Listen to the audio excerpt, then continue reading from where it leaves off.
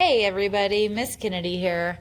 We are going to look at some atoms and elements. So we've learned in our previous work, we learned all about the periodic table. We remember that every element is represented on there and every element is made up of its own special particular type of atom. So if you look at the top here on this page, we have carbon, hydrogen, oxygen. What we're going to do is we're using Captain Crunch All Berries here in class. At home, whatever you have that you can use, that you just need 3 different colors. So something that's 3 different colors and kind of small to kind of put together. M&Ms, Skittles, jelly beans, anything like that will work. It doesn't have to be food. If you have beads, if you have different eraser tips, whatever you have to make it work is fine with me. So I'm going to go ahead and designate different colors for my different elements. So I'm going to say carbon is going to be pink, and let me do some counting real quick. I'm going to make hydrogen green, and oxygen will be purple. All right, and so what I have right here, this is called a chemical equation or a chemical formula. Basically, it's showing here that I have carbon and hydrogen combined to form a molecule. Think back to 6th grade science where we talked about molecules.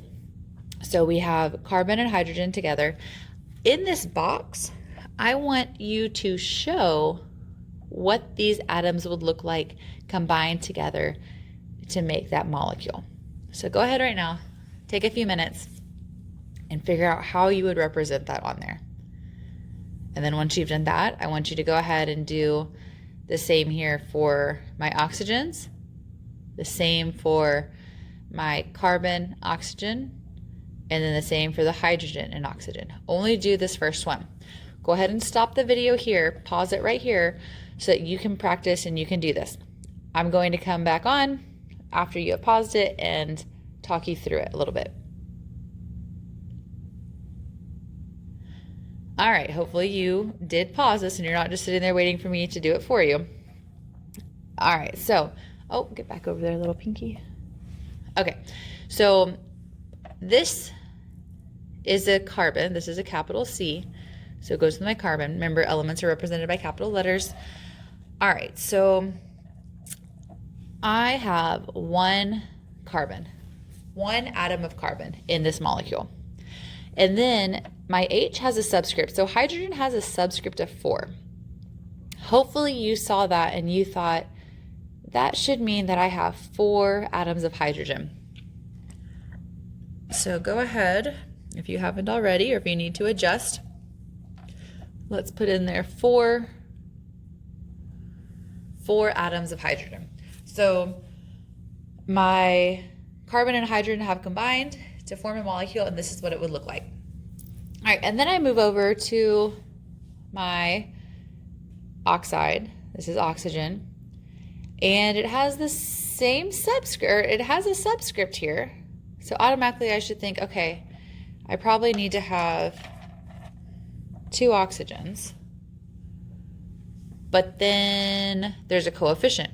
So this big number in front is called a coefficient. This coefficient everything behind it goes with it. So this means that I have 2 of these O2 molecules. So I need to put another one. So this is showing me I have 2 O2 molecules. 2 O2 molecules. All right, and then I have an arrow. What do you think this arrow means? I already noticed I have a plus sign here. So I have CH4 plus 2O2. And if you look down here, you might have already figured it out. There's a plus sign here, that's the same. And then there's an equal sign. So think of math. When you add things together, you usually have some kind of total or some sum. So this is basically saying if I mix this molecule plus this molecule, or actually 2 of these, I am getting some type of product. And in science, we call it a product. So this arrow, we actually say yield. So CH4 plus 2O2 yields, and this is CO2. So think about what we did before, and if you have not already put this out on your paper, go ahead and pause it here and go do that. And then join me back here for a little explanation. All right, hopefully you paused it. So, my camera moved a little bit here. Let me straighten you out. Okay, so I have my carbon. There's no coefficient in front, so it just means I have C combined with two O's. So remember the subscript goes here with my O, it only goes with the O. So I have one carbon combined with two oxygen atoms. So I have one carbon combining with two oxygen. So one carbon atom combining with two oxygen atoms. That is my molecule right there. And then this is, I have two H2O molecules. So we know H2O is water, but I have two H2Os. So start simple, ignore this coefficient. I have one O, I'm working backwards because in my mind that works best. One oxygen combined with two hydrogens. So I'm gonna put two hydrogens combined here. But remember, like before on this side, we had a coefficient, meaning we had two O2 molecules. This tells me I have two H2O molecules, so I need to add another one. All right, so there's my two O2. So take a look at your paper, see if it matches up with this. Make sure you understand why or how these little crunch berries are representing the atoms. And then go ahead and let's fill in this next one. Pause it here and fill in the next one. Hopefully you paused it and you're joining back in to try to check what you put. So just like above, I have one carbon combining with four hydrogens. So this actually should look very similar to what I have above. One carbon combining with four hydrogens. Okay, so that's my molecule of CH4. I'm adding that to O2. So this is oxygen, so two oxygen atoms. And so this is like if I was doing like a chemical reaction, or if I'm doing an experiment and I'm mixing together chemicals. This is literally saying I'm mixing this plus this, it is yielding this, or it is producing this. These are my reactants. They react together to form my products. All right, and so then I'm gonna go ahead, I have CO2. So again, that means I work backwards. I look at the subscript. I have two atoms of oxygen with one carbon. So I have two atoms of oxygen combining with one carbon atom plus H2O. So I have H2O, so that means I have one oxygen and I have two hydrogens combining together. Okay, so that's my H2O. All right, so I want you guys to look closely at this and let's see how things kind of add up. So I have three greens on this side, or sorry, I have four, I can't count. 1, 2, 3, 4. I have four greens, which means I have four hydrogens. I should have started at carbon. Let's start at carbon, sorry. Starting at carbon, I have, carbon's my pink. I have one carbon on this side of my formula, on the reactant side. I also have one carbon on my product side. So we call that balanced. My carbon atoms are balanced. All right, and then I look at my, I'll go hydrogen because it's next in order. I have four hydrogen atoms on my reactant side. I also have four hydrogen atoms on my product side. When I go to my oxygen, same thing. I'm going to count up, I have four atoms of oxygen right here. Now, even though these are in separate boxes, remember there's that plus sign beside them. So they all count. These are all products. What this is actually saying is that these oxygen atoms are a part of carbon dioxide. These oxygen atoms are a part of my water. So I still do have two oxygen atoms plus two. So I have a total of four oxygen atoms on my product side. That is balanced with my four oxygen atoms on my reactant side. So I would say for number one, this is a balanced equation. Both sides equal each other. So if this was a math problem, You would say 1 equals 1, 4 equals 4, 4 equals 4.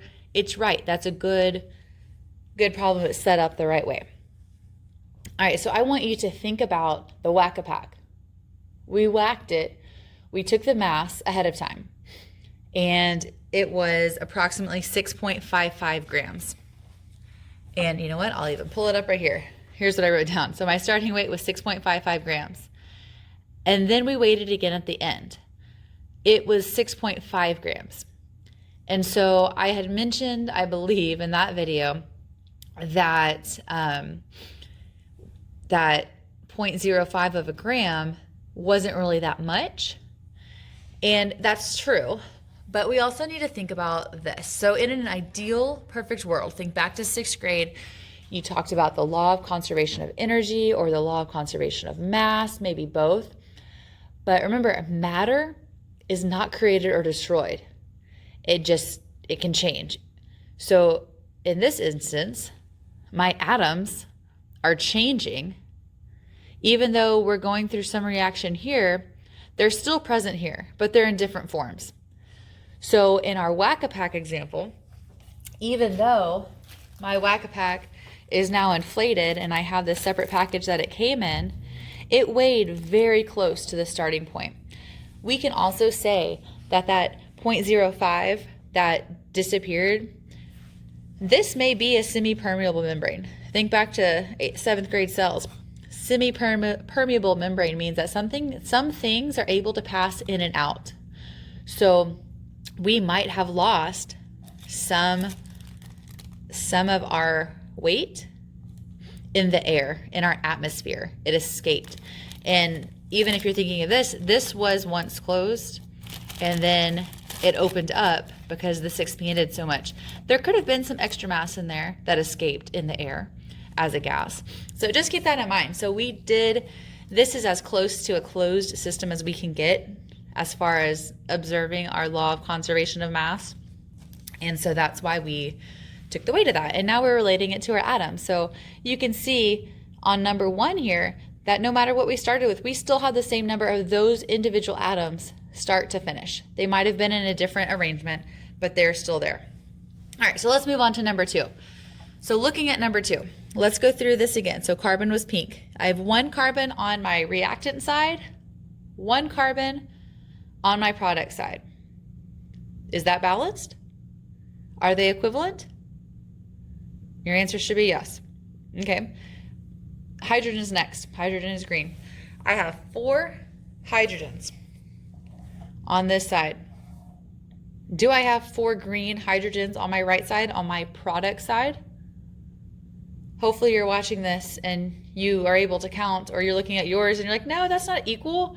There's a greater number of hydrogen on my reactant side. There's only 2 on my product side. That is not equal. No good. No, no, no.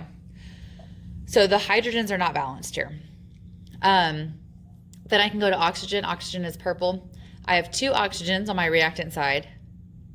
But then I have 3 oxygens on my product side. Again, that is not balanced. That is not equal. This is not realistic. This is not balanced. So when it comes to testing time, because I know everybody is like, well, how does this relate to my test? So when it comes to testing time, you may see formulas or equations like this, and you may get a question that says, it could be as simple as, how many carbon atoms are on the reactant side? And so you would just count up there's 1 carbon on my reactant side. But then you may get a question that says, like, what's wrong with this equation, or is there a difference, or is any way or form of asking it. But for number 2, an answer could possibly be, my reactant side has more hydrogen atoms than my product side, or my product side has more oxygen atoms than my reactant side. So those are just some ways that this might possibly be asked. So this is going to go in your notebook, and I want you to go ahead and make a key using some type of writing utensil. So I'm just going to say oxygen, these are my purple dots. Hydrogen, these are my green dots.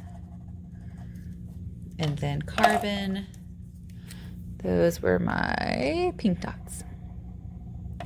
Okay, and then just go one by one and just kind of replace your dots with the color dots. So I'm going to do one, and I kind of do them like this. And if this, of course, this is yours, guys. So make it work for you, however that is. Y'all know Miss Kennedy is not a perfectionist. So again, whatever works for you. All right, and once you have drawn those all out, go ahead and write on here that this is balanced. Let me slide that over. Right, that this is balanced. Uh-oh, I'll fix this. And go ahead and put a nice big happy face. Yay! Add some eyelashes. Woohoo! Maybe some funky eyebrows. Woohoo! Yay! We're so happy. This is balanced. Maybe a little tongue. Woohoo! Oh, this kid needs a nose now. All right, just add a nice big smiley face. This is balanced. And we're going to do the same thing for below. And so once you have filled those in, remember we counted this up. There we go. And we remember that this is not balanced. My camera's going to move a little bit. This was not balanced. Oh, let's see. There we go. And that's so sad. Oh, it's not balanced. Wah, maybe some tears. Oh, but you need eyebrows too, buddy. You still need eyelashes. Oh, but that's so sad. Wah. Okay. Maybe a little nose. Okay. So, not balanced. This guy's sad.